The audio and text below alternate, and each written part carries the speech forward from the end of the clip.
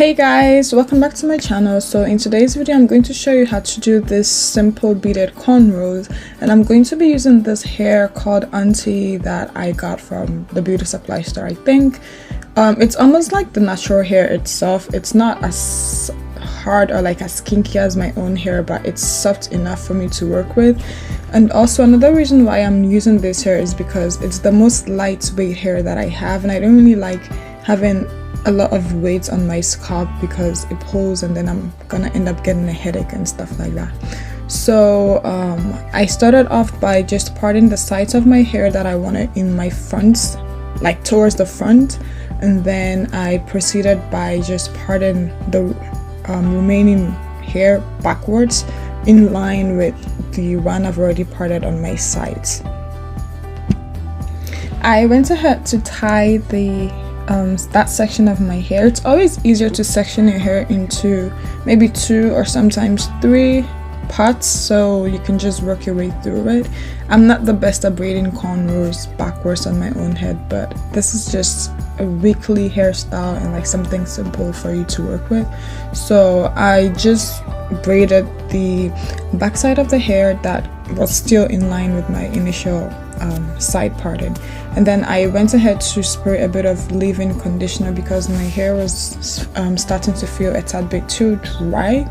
So I zoomed in for you guys. If you can see the way I'm doing my cornrows, sort of like braids, but if you want like an actual step-by-step tutorial on cornrows, just let me know in the comment section. I will find one cornrow that tutorial that I've watched on YouTube that did help me. I will find that link and hopefully I can leave it in the description box. So yeah, that is basically what I do for the whole head.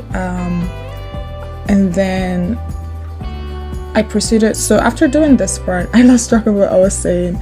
I will leave that little parting of hair, that section of hair that I've tied up. I'm going to leave that one, and then I will do the other sides. I always do both sides of my head before I get to the middle, just so we're being equal and like having equal partings in the middle part of the hair, and then we don't have like a bit of a lopsided section situation going on.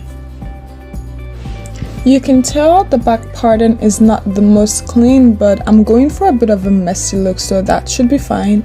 And I just go ahead and I complete the entire cornrow, and this is what I do for the entire hair. So I'm probably gonna stop talking, just enjoy and take your time, and yeah, just watch through the tutorial and the look.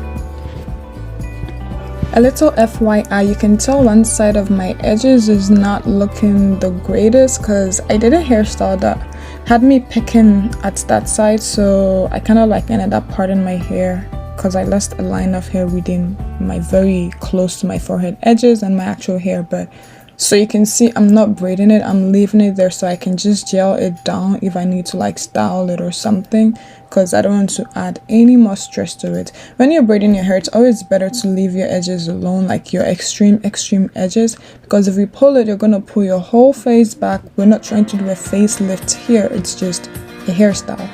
So we're almost done with the hair. I sprayed a bit more of leave-in conditioner and combed this.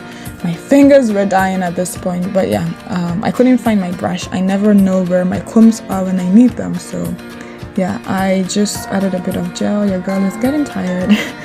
And here's a close-up of what I'm doing.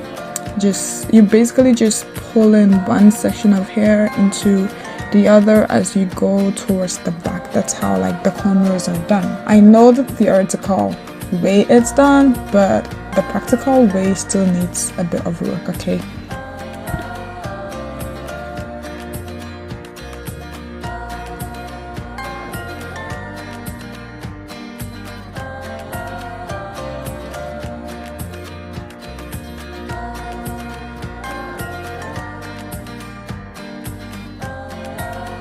So now that I'm done, I am doing the sides.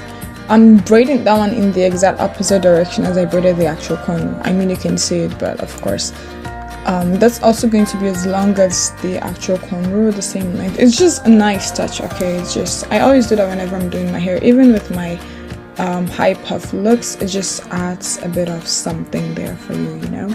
So I'm done with that, and I'm using my Guts to Be glue to lay my edges down. It's gonna give me a bit of flaking if I use too much, so I'm trying to be careful here. And now I'm going to go over it with my brush. Yeah, that part of my edge though went under the bad experience. Takes some getting used to lay it because it's very rough and in a very coarse state. But yeah, so I'm using Aussie, if that's the word, if that's the way it's pronounced, but Aussie hair mousse to obviously I'm applying it onto my hair just to give it a bit of, I don't know if it provides moisture, but that's what people use in their hair after the braid. I know it's good for like actual braids. I didn't use too much though because my natural hair is still somewhat exposed, but yeah, I applied more onto the actual braids, like the ends. Yeah, I feel like it just gives it a fine finish. That's probably the use, I'm sure, but it's not harmful, so that's a good thing. And then this is, I know what this is called, I promise, but I've just forgotten. It's this paper thing. That's how I found it. But yeah, when you use gel on your hair and you put this on, it just kind of helps the gel dry out faster. And after that, I added my beads, and we are ready for the final look.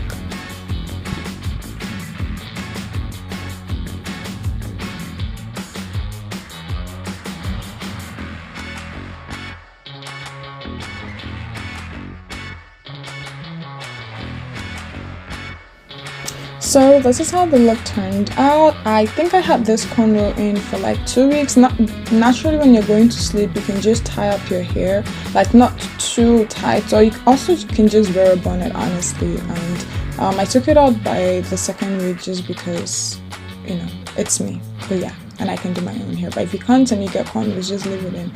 Yeah, it was a really nice touch, and apparently cornrows look hella good on me. So yeah, just let me know what you think. Don't forget to like this video, give it a thumbs up, comment and share it, and I'll be back with more videos. Subscribe also, and bye.